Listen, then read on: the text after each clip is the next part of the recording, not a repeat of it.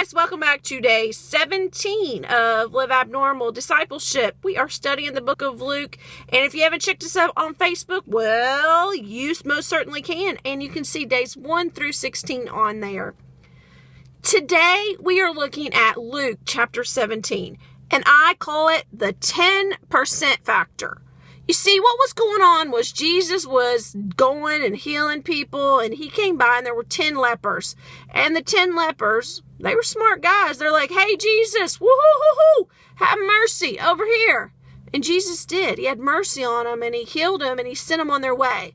But one guy out of 10 comes back and thanks Jesus. And Jesus is like, whoa, didn't everybody get healed? What's going on?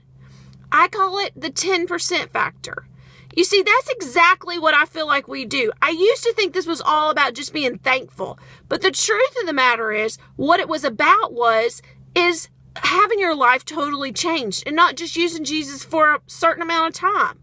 Isn't it just like us that we're like, we get a problem or predicament, and we're like, hey, Jesus, woo-hoo-hoo-hoo, over here, I need some help. And then once he helps us, we just move on with our life.